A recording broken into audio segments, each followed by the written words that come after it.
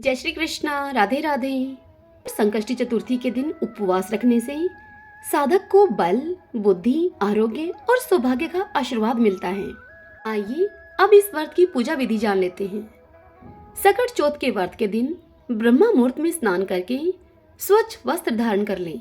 चौकी पर विनायक जी और चौथ माता की स्थापना करके चौथ माता के रोली, काजल और मेहंदी की 13-13 टिक्की लगाएं।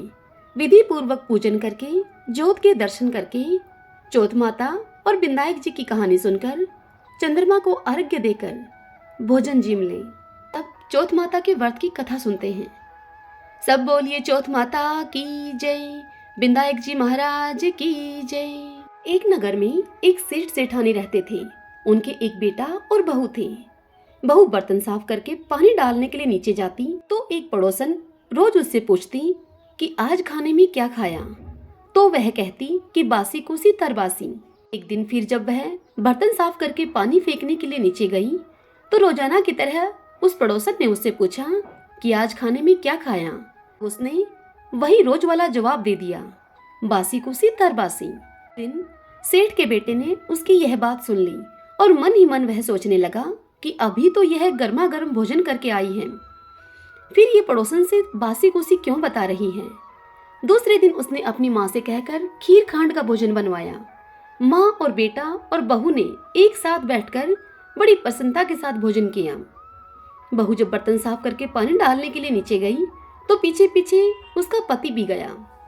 आज भी हमेशा की तरह पड़ोसन ने उससे पूछा कि आज क्या खाया है तुमने, तो उसका वही रोज वाला जवाब था, बासी कुसी तरबासी। उसके पति को बड़ा गुस्सा आया। अब तो वह रात होने का इंतजार करने लगा।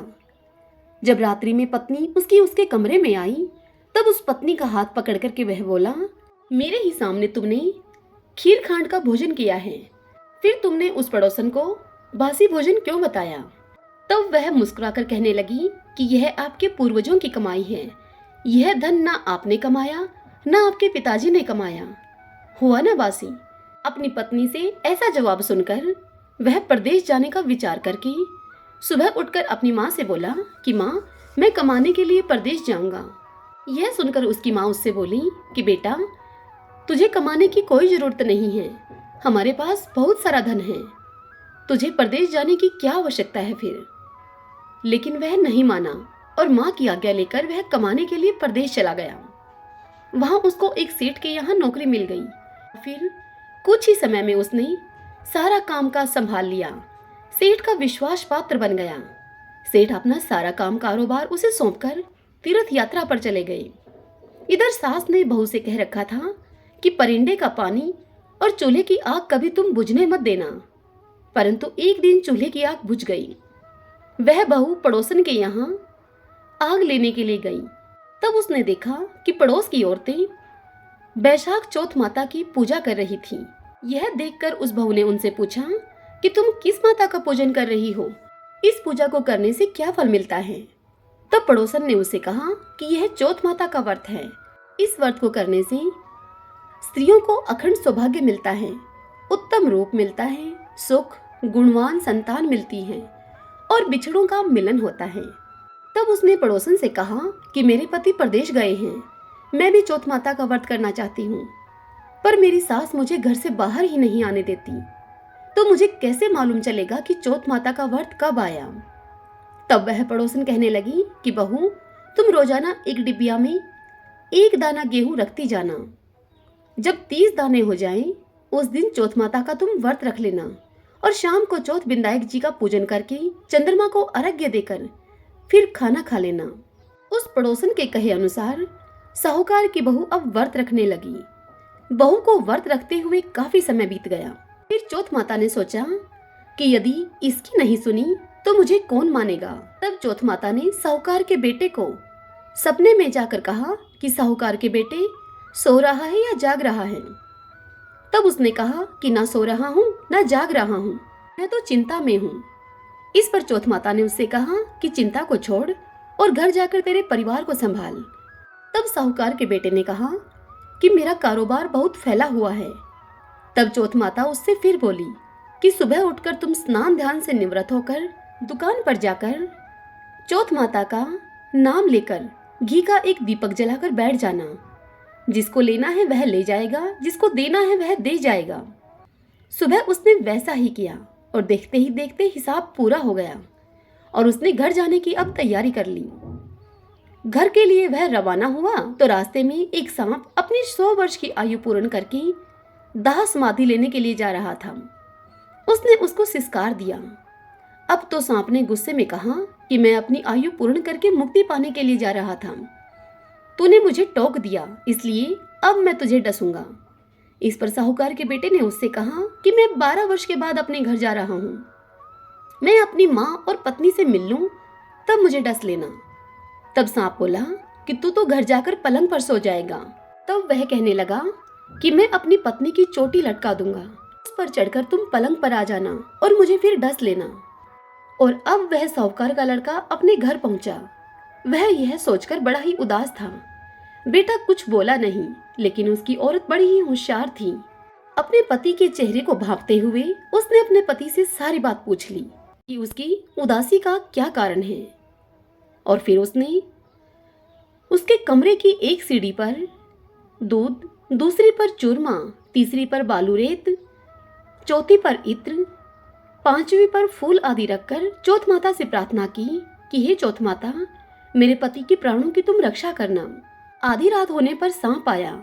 उसने दूध पिया, चूरमा खाया और बालू मिट्टी में उसने आनंद लिया। और फिर वह अपने मन ही मन कहने लगा, साहूकार के बेटे की बहू, तूने मुझे बड़ा सुख दिया, परंतु वचनों से बंधा हुआ हूं मैं, इसलिए डसूंगा तो जरूर। तब चौथ बिंदायक जी ने सोचा कि इसकी रक्षा मुझे करनी चाहिए। तब चौथ माता तलवार बनी और बिंदायक जी ढाल बने और उस सांप के टुकड़े टुकड़े हो गए। सांप की पूंछ का एक टुकड़ा उसकी जूती में जाकर गिर गया। सांप ने सोचा कि डसूंगा तो जरूर। तब उसकी पत्नी रोज कीड़ी को आटा डालती थी। तब सब कीड़ियों ने मिलकर सांप की उस पूंछ को, जो कि साहूकार के बेटे की जूती में पड़ा था, उसे खोखला कर दिया। साहूकार के बेटे को नींद नहीं आ रही थी। वह अपनी पत्नी के साथ चौपड़ पासे खेलने लगा। सुबह देर तक जब बेटे बहू नहीं उठे तो साहूकार ने उन्हें जगाने के लिए ऊपर गई तो सीढ़ियों पर खून ही खून देखकर वह जोर जोर से रोने लगी कि मेरे बेटे बहू को किसी ने मार दिया है। रोने की आवाज से बेटे बहू उठ गए और बेटे ने कहा कि माँ, हमारा बैरी दुश्मन मर गया है। यहाँ पहले तुम सफाई करवाओ, तब हम बाहर आएंगे। माँ ने वहां सफाई करवाई। बेटा बहू नीचे आए। बेटे ने पूछा कि मेरे पीछे से किसी ने कोई धर्म पुण्य किया है क्या? तब बहू ने हामी भरी। तब सास बोली कि तू तो 4 समय खाना खाती थी, तूने क्या धर्म किया? तब वह बहू बोली कि मैं चौथ बिंदायक जी का व्रत करती थी। एक समय का खाना मैं पानी वाली को देती थी, दूसरी बार का गाय के बछड़े को खिलाती थी, तीसरी बार का मैं जमीन में गाड़ देती थी और चौथी बार का भोजन मैं चांद को अर्घ देकर स्वयं खा लेती थी। मैंने बनिए की दुकान से पूजा का सामान मंगवाया था, आप उसका हिसाब कर देना। सास ने पानी वाली से पूछा। तब उसने कहा कि महीने की हर चौथ को आपकी बहू मुझे खाना देती थी। बछड़े के मुंह से फूल गिरने लगे। जमीन में खोदा तो सोने के चक्र मिले। बनिए से पूछा तो उसने अपना हिसाब बताया। फिर बहू ने कहा कि अब बैशाख की चौथ का उद्यापन करना है। सास बहू ने खूब धूमधाम के साथ चौथ माता का उद्यापन किया और फिर सारी नगरी में यह कहलवा दिया कि सब कोई चौथ माता का व्रत करे। 1 साल की 13 चौथ करना, 13 नहीं कर पाए तो 4 करना और 4 भी नहीं कर सके तो 2 चौथ माता के व्रत तो अवश्य ही करने चाहिए। हे मेरी चौथ माता, जैसे आप साहूकार के बेटे की बहू पर प्रसन्न हुई, वैसे ही सब पर होना और सबकी मनोकामनाएं पूर्ण करना, अमर सुहाग देना सबको। सब बोलिए चौथ माता की जय, गणेश जी महाराज की जय।